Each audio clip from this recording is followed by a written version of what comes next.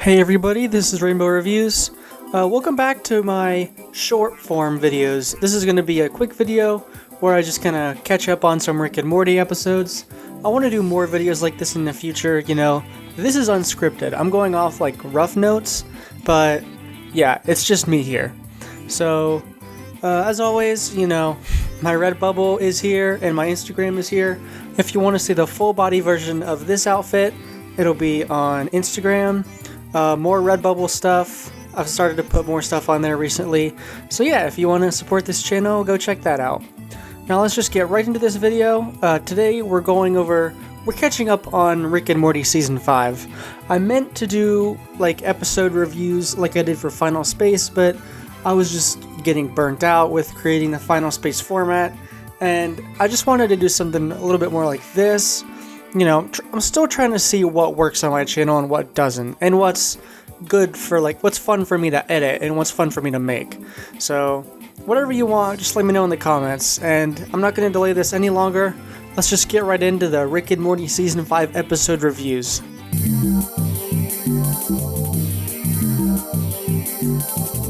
So Season 5's opening episode is Mort Dinner Rick Andre.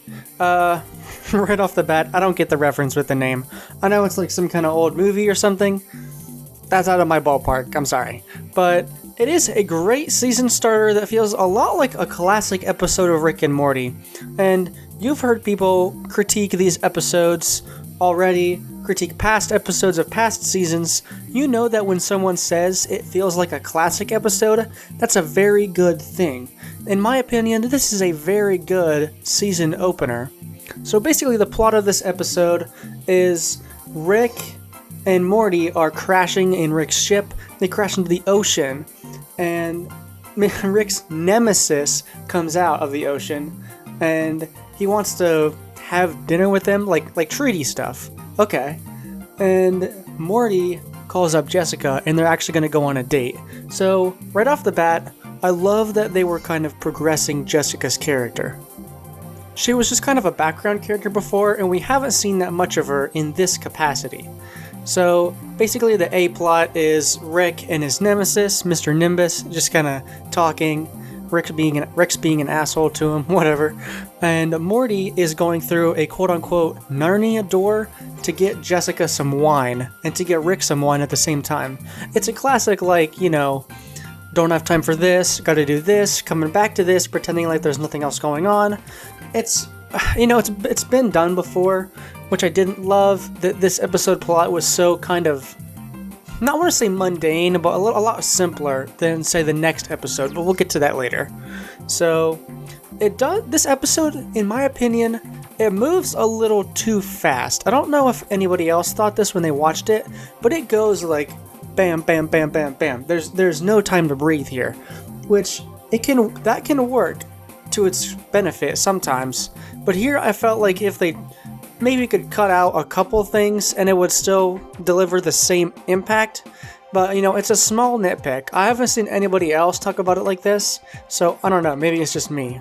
It's not anything that ruins the episode, and by the end, spoiler alert, Jessica does not become a bigger character in the show. Maybe it's like a philosophy of the writer's room, like you can't have smaller characters become more serialized because you could run out of writing potential for them or something. But, it's whatever. I was really hoping she could be a bigger part of the show moving forward, but it's fine. So, in my opinion, the best Rick and Morty episodes are the ones that play with original ideas and do a ton of stuff with it. And with this episode, it's the time dilations with the Narnia door. Like, Morty will go through it, time will be sped up a lot, so time is different, and that leads to a whole bunch of hilarious situations. Comedy built off these played out concepts, that's a great thing to do, and it's great screenwriting-wise. So I really appreciate that they did something like that with this episode. Overall, this episode was a great start to the season. Nothing too iconic immediately, but it's pretty good.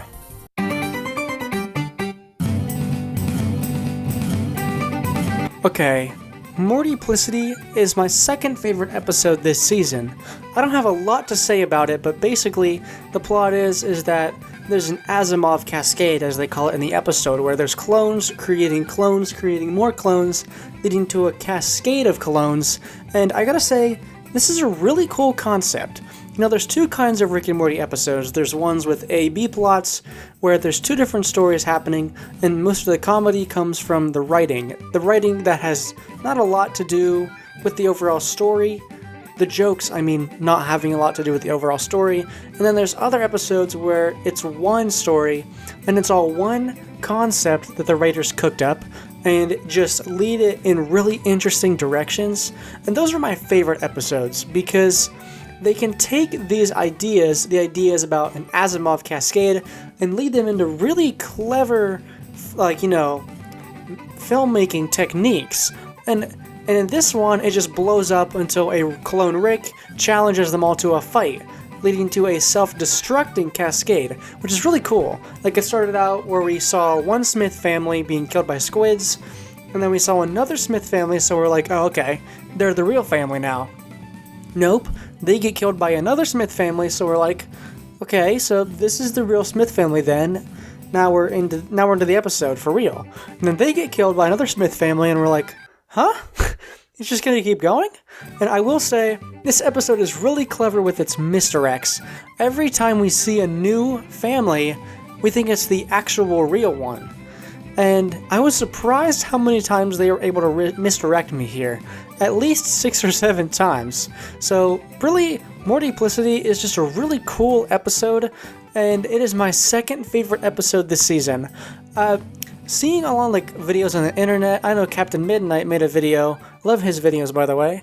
He said that he didn't really like this episode. I kind of have to disagree.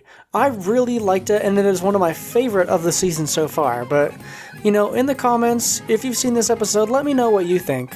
If you liked it, if you didn't, we can talk about it. But for me, I really enjoyed it.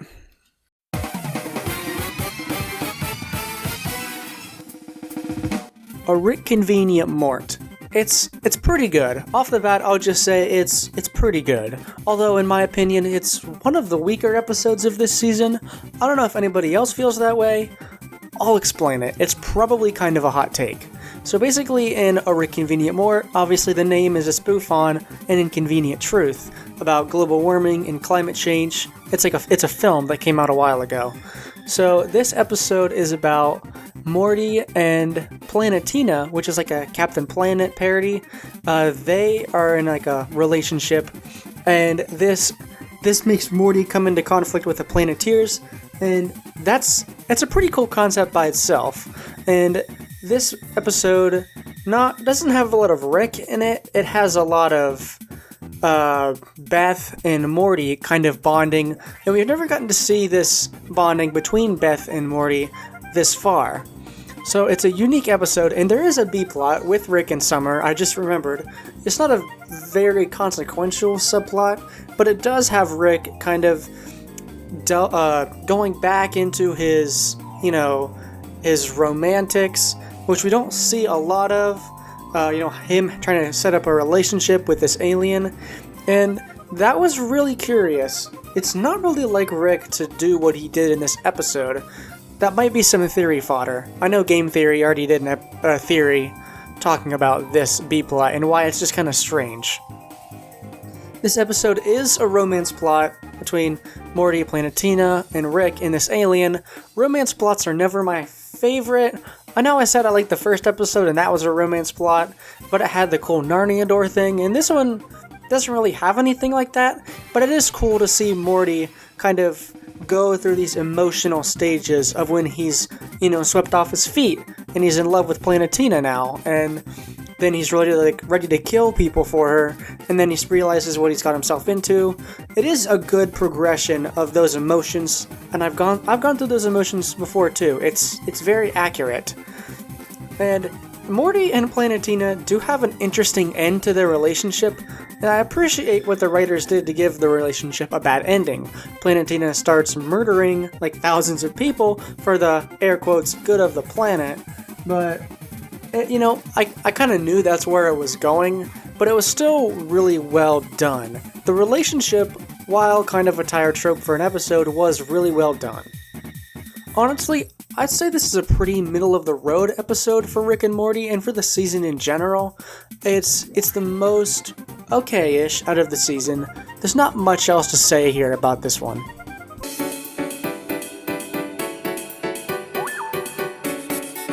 Rick Dependent Spray. Oh my god. What the hell? I mean, I'm sure a lot of people had this same reaction. Basically, the plot of this episode is Morty finds a machine at his mother's horse hospital where she works at, and he does some stuff with the machine, and it creates these monsters from his, what did Beth call it? Just stuff? I don't know. Okay. And then they have to get Summer's egg to kind of distract them, and then they accidentally fuse together, and the president gets involved. It escalates into this whole thing. Oh boy. This is definitely one of the weirder episodes of Rick and Morty, and they even acknowledge this in the show themselves. It's just kind of strange. We haven't really had an episode where Morty keeps a secret from Rick, though. Morty is trying to not let it get out that he's the one that created these monsters, and I'm surprised that Rick didn't figure it out. But the dynamic is new, and it gives the episode a pretty unique feel to it. It's like unique pacing, the liar revealed plot, which is never a good thing, but in here it is played for comedy, so it is more enjoyable there. It's something I can appreciate. So, although I like the difference in pacing, it was just one of those episodes where you're like, God, parents, do not come down here and see what I'm watching, please. I could never explain it to you. So even though the episode is strange, it does have a pretty good climax with some fighting and a pretty funny payoff with the monster that Morty befriends fusing with the egg and actually creating a baby. There is some good jokes in this episode. And of course it's Summer's egg. Why the hell not? I mean, just make it weirder, you know? Also, I guess Rick is a furry. Go figure.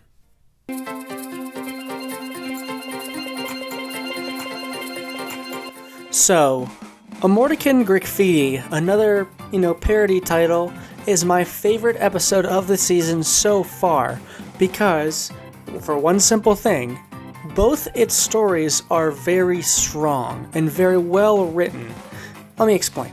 So the plot of this episode is Rick and Jerry are going to hang out with these aliens, and it turns out these aliens feed off of cringe, and that is just a really cool concept to me. Aliens that feed off of cringe. It's not really something we've seen before, or at least I haven't, or I can't think of it. And of course Jerry takes him into a nightclub and he's like, oh guys, they're playing Smash Mouth. And just recalling it's just funny. I don't know. And then the other plot is Morty and Summer are trying to invite this dude over. It's just Morty's trying to make a friend, and Summer's really trying to get on his good side because, it's Summer, come on. And he's like this kid who just hasn't experienced, he hasn't been embarrassed at school yet, so he's a really good prospect to have as a friend. And that's just yeah, we did that, as teens, you do weird stuff like that. And it's just really relatable and funny. So that's the plot, but also Morty and Summer take this new kid into Rick's ship, and just like the Keep Summer Safe episode, we have Rick's ship actually being a character here and talking to Morty and Summer and this other kid. And that's just I loved that character in that scene, and I surprisingly didn't get tired of her in this episode. There's a lot of really good comedy that comes with this. She's a really satirical character, you're such a bitch. It's just really funny. And basically, the idea that Rick can hang out with a Jerry raises some immediate red flags in the episode. We're oh yeah, okay. There's something going on here. Rick's just not going to hang out with Jerry just because. And the concept that creatures that feed off of cringe, that's funny on its own. They didn't take it quite all the way as I would have liked to. They made some good jokes about it, but they do poke fun at the sheer ridiculousness. Oh, well, if that makes you feel good, it makes you feel bad, but it also makes you feel good again, right? It's cool, but it's weird. They just do it really, really well. They do make a lot of good jokes out of this ridiculous concept for aliens. So overall, this was my favorite episode. I know I didn't explain it super well. I just really think that it's strong on all fronts. There were a few really good jokes. I laughed out loud a couple times. And this was just an overall fun episode. That's what my favorite episodes of the show are. They're just plain fun. They don't have to be too clever, or like do some weird back foreshadowing things like Morty's did, which is a good episode. This one I can just have fun with. And that's why I really like this episode, and it's my favorite of the season so far.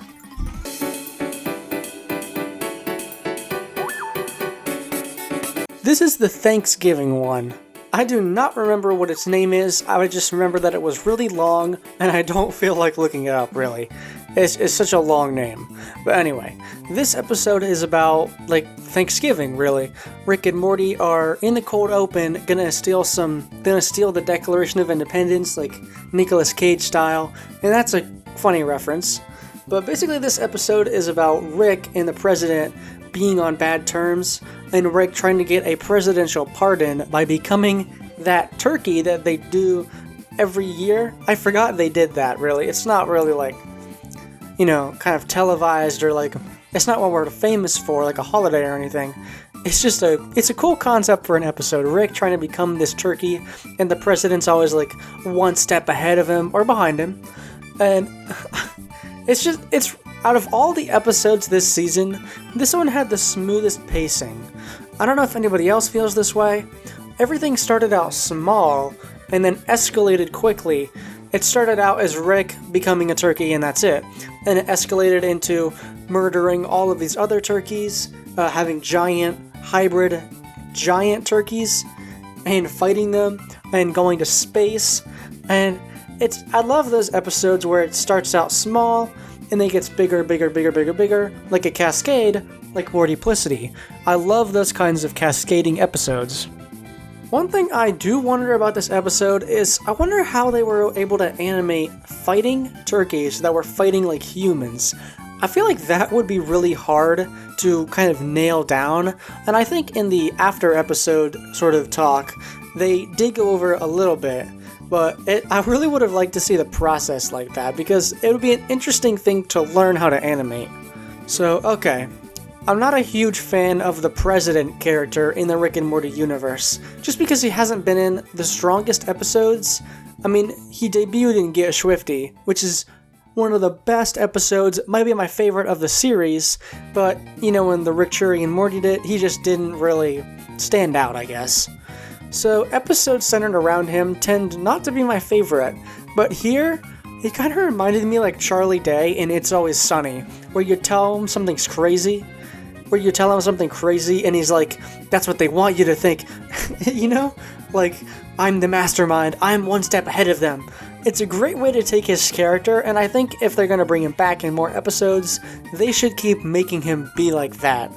I think it's a great way to take his character.